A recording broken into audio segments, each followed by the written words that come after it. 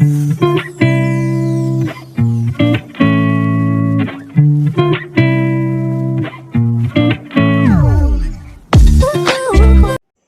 Everyone, welcome back to my channel. Guys, अगर आप मेरे चैनल पर नए हो तो प्लीज़ चैनल को सब्सक्राइब कर देना। वीडियो अच्छे लगे तो लाइक करना, कमेंट ज़रूर से कर देना।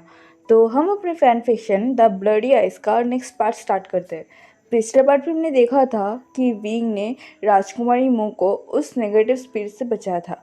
अब आगे अपनी बहुत सारी आत्मिक शक्ति की यूज़ करने की वजह से विंग काफ़ी कमज़ोर हो चुका था, जिस वजह से वांगजी विंग को अपनी बाहों में उठा लेता है और उसे जिंगजी की तरफ ले जाने लगता है। विंग वांगजी को ही देख रहा था और वांगजी स्ट्रेट फॉरवर्डली चल रहा था। तभी विंग वांगजी की तरफ देखते हुए कहता है कि वैसे राजकुमारी मो और राजकुमारी मो वो दोनों लैंड क्लाइनिंग क्यों आए थे। ये सुनने के बाद वांगजी विंग की तरफ बिना देखे ही कहते हैं लान क्लैन अपनी वाइट पावर के लिए बहुत ज़्यादा जाने जाते हैं। और तुम्हें पता है ना, लान क्लैन के फोरेड रिबन कितना ज़्यादा प्योर है। उन्हें लगा था शायद वो इस शैतान से बचने के लिए लान क्लैन उनकी मदद कर सकता है, इसीलिए वो यहाँ आए थे। तो विंग फिर से वांगी की तरफ देखते हुए कहता है, तो फिर वो राजकुमार मो क्यों यहाँ आया है। ये सुनते ही वांगजी थोड़ा सा रुक जाता है। विंग को लगता है शायद उसने कुछ गलत कह दिया है। उसे शायद अभी राजकुमारी मो के बारे में वांगजी से बात नहीं करना चाहिए। इसलिए वो तुरंत अपनी नज़र को झुकाते हुए कहता है, मैं थक गया हूँ, तुम जल्दी से रूम में चलो, आयुन अकेला होगा। ये सुनने के बाद और विंग को अपनी बातों को चेंज करता हुआ देखकर वांगजी एक बार विंग की तरफ देखता है और फिर से चलना स्टार्ट कर देता है। वो दोनों साइलेंटली चल ही रहे थे, तभी वांगजी विंग से कहता है, राजकुमार मो राजकुमारी के साथ आए थे क्योंकि उनके क्लैन के लोग उन्हें अकेला नहीं छोड़ सकते थे। और मुझे नहीं पता कि वो कोई और भी इरादे से यहाँ आया है कि नहीं। मुझे जितना पता है वो बस अपनी सिस्टर की मदद करने के लिए यहाँ आया है। ऐसा कहते हुए वो सीधा चलने लगता है। विंग वांगी की तरफ देखता है। उसे लगा था वांगजी शायद विंग से कोई सवाल करेगा एंड आज के बारे में पूछेगा, लेकिन वांगजी ने विंग से एक भी शब्द नहीं कहा था। ये सब सोचते हुए विंग वांगजी की तरफ ही देख रहा था। उसकी आंखों में बहुत सारे इमोशंस दिखाई दे सकते थे, जो शायद विंग छुपाना तो चाहता था वांगजी से, लेकिन वो अपने इमोशंस को बिल्कुल भी हाइड नहीं कर पा रहा था। वो लोग जिंगशी में पहुंच जाते हैं। विंग आयवन की तरफ देखता है तो वो देखता है कि आयवन सो रहा है। वांगजी जब विंग को उस बेड में आयवन के पास ही लेटाने के लिए उतरना चाहता है, तभी विंग वांगजी के नेक को बहुत ही कस के पकड़ लेता है, जिससे वांगजी विंग की तरफ देखता है। वो थोड़ा सा कन्फ्यूजली विंग की तरफ देखते हुए कहता है, क्या हुआ। तभी विंग बिना कुछ कहे वांगजी के लिप्स के करीब जाता है और उसे किस करने लगता है। वांगजी शॉक हो जाता है। उसे नहीं पता विंग अचानक से ऐसा क्यों कर रहा है। वांगजी भी विंग को किस रिटर्न करने लगता है। विंग अभी भी वांगजी के बाहों में था और वांगजी अभी भी अपनी स्ट्रॉन्ग आर्म में विंग को होल्ड किए हुए था। विंग किस करते हुए वांगजी के नेक से होते हुए उनकी फोरहेड रिबन की तरफ जाता है और उस फोरहेड रिबन को खोलने की कोशिश करता है। तभी वांगजी अपने एक हाथ से विंग के हाथ को रोकते हुए कहता है, ऐसा मत करो, अगर तुमने ऐसा किया तो मैं खुद को कंट्रोल नहीं कर सकता। वांगजी और विंग दोनों ही एक दूसरे को आंखों में देख रहे थे। तभी विंग वांगजी की फोरहेड रिबन को पूरी तरीके से निकाल देता है और वांगजी की आंखों में देखते हुए कहता है, तुम्हें किसने रोका है। मैंने रोका है तुम्हें। ये सुनते ही वांगजी, जो बहुत ही मुश्किल से खुद को विंग के सामने कंट्रोल करता था, वो अपनी सारी कंट्रोल को लूज़ कर देता है। वो अपनी शाइनी गोल्डन आईज से विंग की तरफ देखता है और फिर विंग की लिप्स पर किस करने लगता है। विंग के लिप्स को वो तब तक किस करता है जब तक विंग के लिप्स ब्लड की वजह से रेड ना हो गया हो। वो विंग से अलग होता है और विंग की उस शाइनी सिल्वर आइज में देखने लगता है। तभी वांगजी विंग को फिर से पकड़ लेता है और विंग के पास ही के रूम में ले जाने लगता है, क्योंकि इस रूम में आयुन सो रहा था और वो नहीं चाहता उन लोगों की हरकतों के और एक्शन की वजह से आयुन जग जाए और उन्हें इस तरह से देख ले। वांगजी विंग को पास ही के रूम में ले जाता है और दरवाज़ा को बंद करते विंग को ज़ोर से उस दीवार में पुश करता है, लेकिन वो इस बात का ध्यान रखता है कि विंग के हेड पर ज़्यादा ज़ोर से ना लगे और ना ही ज़्यादा नॉइज़ हो। वो विंग को पुश करता है और उसे किस करने लगता है। वो दोनों ही एक दूसरे को बहुत ही हंग्री किस कर रहा था। एंड विंग भी अपनी सेम पैशन के साथ वांग जी का किस का रिटर्न कर रहा था। तभी वांग जी धीरे धीरे विंग की रोप को लूज़ करने लगता है। विंग की रोप को लूज़ करते हुए वो अपने हाथ को विंग की पूरे बॉडी में फहराने लगता है। विंग का बॉडी भी बहुत ज़्यादा हॉट होने लगा था। वो भी वांग जी के बेल्ट को खोल देता है और उसके रोप्स को उसके कंधे से नीचे गिरा देता है। विंग की लेग्स वांग जी के कमर के चारों ओर रैप किया हुआ था। वो बहुत ही कस के वांग जी को पकड़ा हुआ था। तभी वांग जी विंग की लिप्स को छोड़ता है और विंग की फोrehead पर किस करता है। उसके बाद वो हंग्रीली विंग की नेक पर बाइट और सक करने लगता है। वांग जी का एक्शन इतना ज़्यादा फास्ट था, विंग मौन करने लगा था। वो बहुत ही मुश्किल से खुद को कंट्रोल कर रहा था। तभी वो वांग जी के फेस को पकड़ता है और फिर से उसे किस करने लगता है। प्लेजर की वजह से विंग इतना तेज़ मौन कर रहा था जिससे वांग जी अभी से खुद को बहुत ज़्यादा हार्ड फील कर रहा था। उससे खुद को कंट्रोल में रखना बहुत ज़्यादा मुश्किल हो रहा था। इसलिए वो फिर से विंग को उठा लेता है और उसी बेड में जाके उसे फेंक देता है। फिर वांग जी अपने अपर लेयर को रिमूव करता है और विंग के ऊपर आ जाता है। वो विंग की हर एक बॉडी पार्ट को सक, किस और बाइट करने लगा था। वो सक, किस, बाइट के साथ साथ ये भी मेक श्योर कर रहा था विंग के हर एक बॉडी पार्ट पर उसके दांतों के निशान रह जाए। विंग बहुत ज़ोर ज़ोर से मौन कर रहा था। वो बहुत ज़्यादा प्लेजर फील कर रहा था और अब उसके लिए भी कंट्रोल करना बहुत ज़्यादा हार्ड हो रहा था। वो वांग जी से बार बार कह रहा था कि वो जल्दी करे, लेकिन वांग जी विंग के हाथ को पकड़ता है और उसे अपने उस फोरहेड रिबन से बांध देता है, जिससे विंग कन्फ्यूजिंगली वांग जी की तरफ देखने लगा है। तभी वांग जी विंग से धीरे से कहता है, श्श, धीरे, ज़्यादा नॉइस मत करो, आईवंश सो रहा है। ये सुनते ही विंग का पूरा फेस रेड हो जाता है, लेकिन वो शेमलेसली वांग जी की तरफ देखते हुए कहता है कि प्लीज़ जल्दी करो। ये सुनते ही वांग जी के फेस पर एक स्मिक आ जाता है। वो तुरंत ही एक ही झटके में विंग का ट्राउज़र विंग की बॉडी से अलग कर देता है और साथ ही में अपने ट्राउज़र भी अलग कर देता है। वो विंग के थाइस के बीच में आता है और उसे अपने माउथ से प्लेजर देना स्टार्ट करता है। वांग जी इतना फास्टली अपने आप को मूव कर रहा था कि विंग प्लेजर के मारे चिल्लाने लगा था।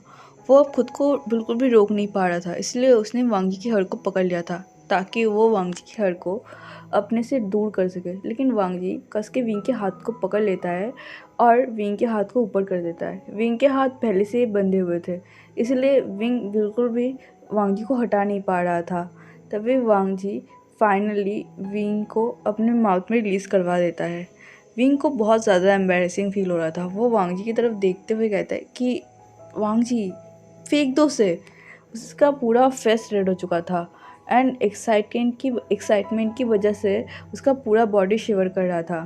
तभी वांग जी अपने माउथ से विंग की रिलीज़ किया हुआ क्रीम को अपने दोनों फिंगर में डालता है और उससे विंग को प्रिपेयर करने लगता है, जिससे फिर से विंग अपने मौन को कंट्रोल नहीं कर पाता। वो अपने लिप्स को बाइट करने लगा था। विंग इतनी बुरी तरीके से अपनी लिप्स को काटने लगा था कि उसके लिप्स से ब्लड आने लगा था, जिससे वांग जी विंग को कहता है कि विंग अपने लिप्स को काटना बंद करो। लेकिन विंग को बहुत ज़्यादा एम्बैरेसिंग फील हो रहा था। उसके आंखें आंसू से भीग चुके थे एंड उसका पूरा फेस रेड हो चुका था। अभी विंग इतना ज़्यादा सेडक्टिव दिख रहा था, कोई भी अल्फ़ा अगर विंग को इस हालत में देख ले तो वो खुद को हार्ड होने से कभी नहीं रोक सकता। और ऊपर से विंग इतना ज़्यादा ब्यूटीफुल है, किसी भी अल्फ़ा के लिए तो ये सब खुद से कंट्रोल करना मुश्किल ही नहीं, नामुमकिन है। वांग जी विंग के पास आता है और विंग को किस करते हुए कहता है कि अपने आवाज़ को दबाना बंद करो। तो विंग अपने आवाज़ को कंट्रोल करते हुए कहता है कि बाहर बाहर आयुवन सो रहा है।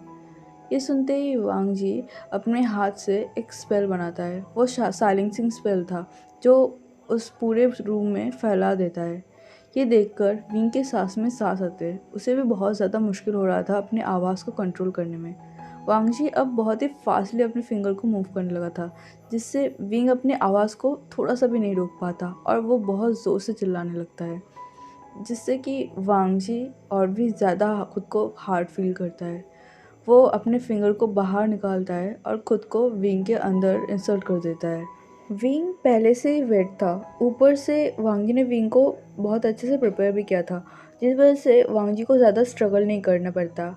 विंग को पहले से ही हार्ट देखकर वांग जी बहुत ही फास्टली विंग के साथ इंटीमेट होने लगता है। वो इंटीमेसी के स्टार्टिंग से ही बहुत ज़्यादा फास्ट था, जिस वजह से विंग बहुत ज़्यादा ज़ोर से मौन करने लगता है। एंड वो वांग जी को पहले स्लो होने के लिए कहता है, क्योंकि वांग जी बहुत ही ज़्यादा फास्ट था। वांग जी बहुत ही ज़्यादा फास्टली अपनी बॉडी को मूव कर रहा था। विंग के दोनों हाथ बंधा हुआ था और वो अपने हाथ को वांग जी के गर्दन में रखा था, जिससे कि वो वांग जी के बालों को बहुत ही ज़ोर से पकड़ रहा था और उसे खींच रहा था।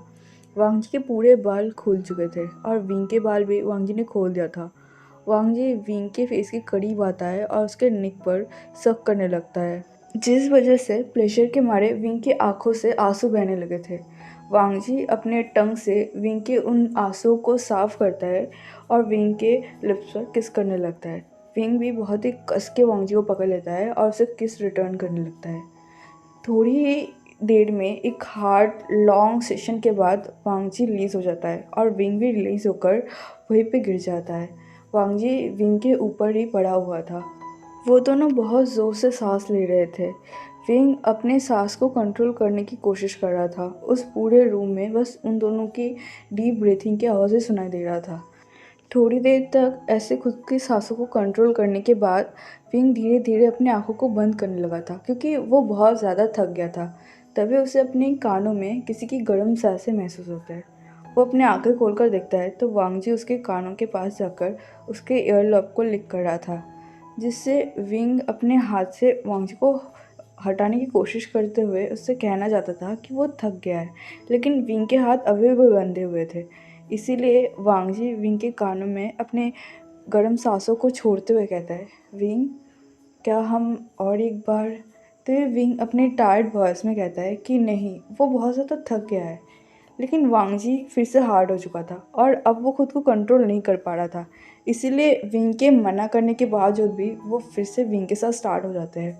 ऐसे ही करीब 4 राउंड कंप्लीट होने के बाद जब वांग जी देखता है कि विंग अपने आंखों तक को खोल नहीं पा रहा है, तो वो विंग को छोड़ता है और विंग के हाथ को खोल देता है। बहुत देर तक उस फोरहेड रिबन से विंग के हाथ को बांध कर रखने की वजह से विंग के हाथों पर रेड निशान पड़ चुके थे, जिसे देखकर वांग जी को थोड़ा बुरा लगता है कि शायद उसने थोड़ा कस के अपने फोरहेड रिबन को विंग के हाथ में बांध दिया था। इसी वजह से वो विंग के रिस्ट पर किस करता है। उसके बाद उसे वही सुलाकर उसे कस के हक करके खुद भी सो जाता है।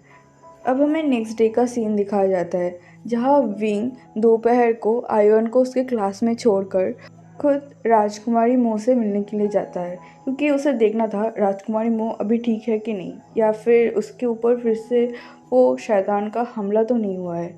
जब वो राजकुमारी मो के रूम के बाहर पहुंचता है तो देखता है कि राजकुमारी मो का दरवाज़ा खुला हुआ है और राजकुमारी अपने बेड पर बैठे हुए खिड़की से बाहर देख रही थी। तभी विंग जेंटली डोर पर नॉक करता है, जो सुनकर राजकुमारी मो की नज़र भी खिड़की से ध्यान हटाकर डोर की तरफ जाता है। तो वो देखता है वहाँ पे विंग खड़ा हुआ है।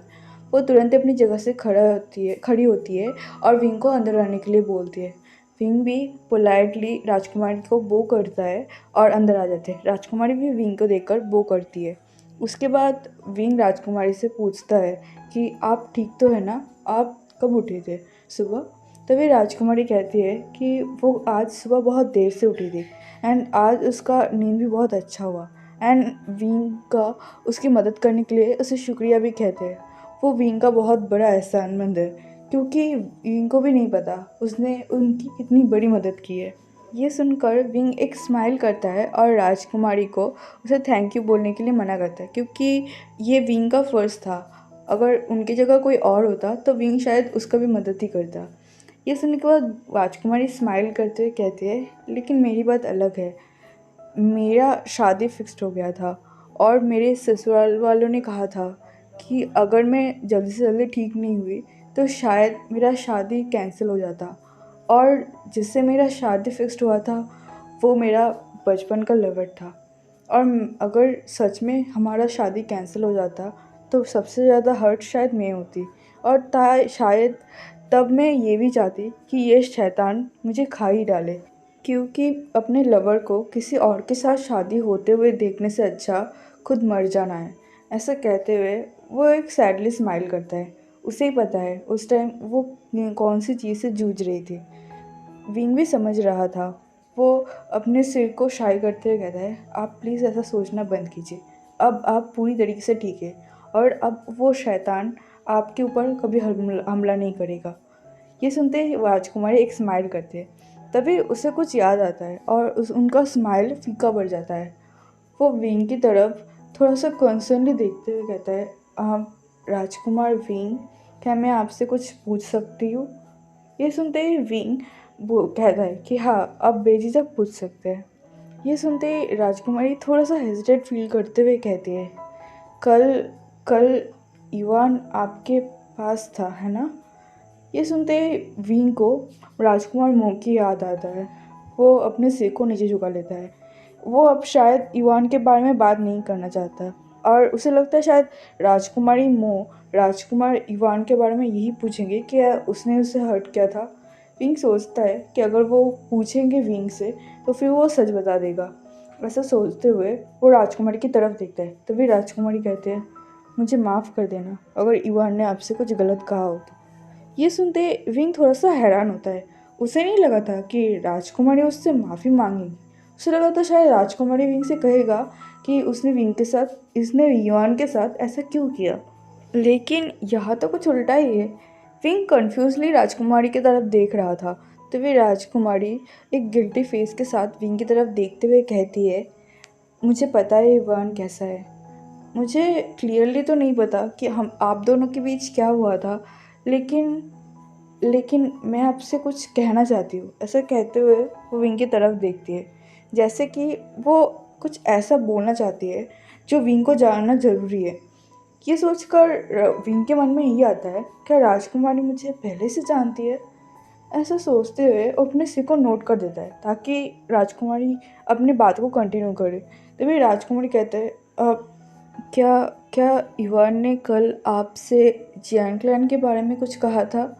ये सुनते ही विंग शॉक हो जाता है। वो वो कल युआन की बातें ही सुन रहा था। वो यही सोच रहा था युआन के ये सब कैसे पता, और अब राजकुमारी भी सेम बात कर रही है जियांग क्लैन के बारे में। विंग बहुत ज़्यादा कंफ्यूज और शॉक था। इन लोगों को कैसे पता विंग के साथ जियांग क्लैन का क्या रिश्ता है? विंग शॉकिंगली राजकुमारी को देख रहा था।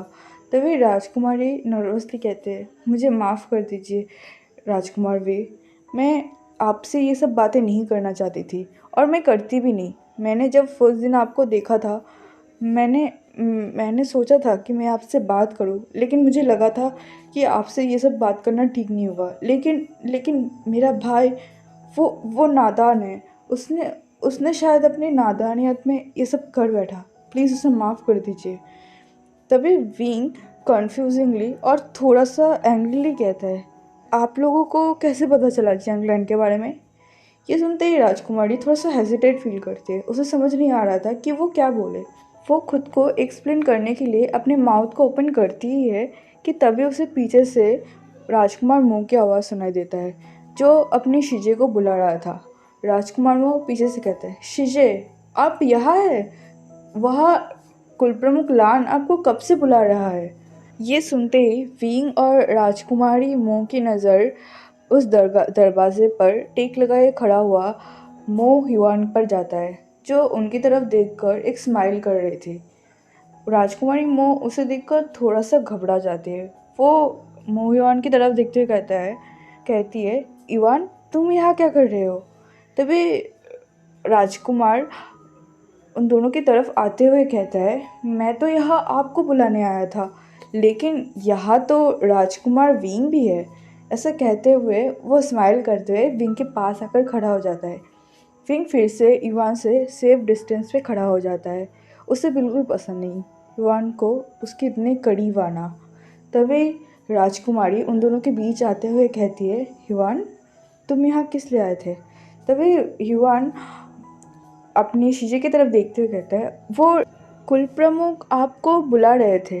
वो आपसे मेडिसिन के बारे में कुछ कहना चाहते हैं। इवन जो मास्टर लान है वो भी आपसे मिलना चाहते थे, आपकी तबीयत के बारे में पूछने के लिए। ऐसा कहते हुए अपने सीजे को बोलने लगा कि उसे अभी जाना होगा। तभी राजकुमारी विंग की तरफ देखती है जैसे कि वो अभी जाना नहीं चाहती, स्पेशली युवान को विंग के सामने छोड़कर। तभी युवान अपने शिजी के हाथ को पकड़ते हुए कहता है, शिजी आप जाइए, वो कब से आपको बुला रहा है, अब शायद वो इस रूम में भी आ जाएंगे। ऐसा कहते हुए वो विंग की तरफ देखता है। तभी राजकुमारी युवान के हाथ को पकड़ते हुए कहता है, ठीक है मैं जा रही हूँ, तुम्हें मेरे साथ चलो। तभी युवान अपने हाथ को अपने शिजी के हाथ से हटाते हुए कहता है, नहीं शिजे, यहाँ पे राजकुमार विंग है, मैं उनसे कुछ बात करना चाहता हूँ, आप जाइए, हम बाद में आएंगे। ऐसा कहते हुए वो विंग की तरफ देखकर एक स्माइल कर देता है। ह्यून का स्माइल काफ़ी ज़्यादा अजीब होता था, जो विंग को बिल्कुल पसंद नहीं था। राजकुमारी वहाँ से जाना तो नहीं चाहती थी, लेकिन विंग के कहने पर वो विंग की तरफ देखता है और वहाँ से चली जाती है।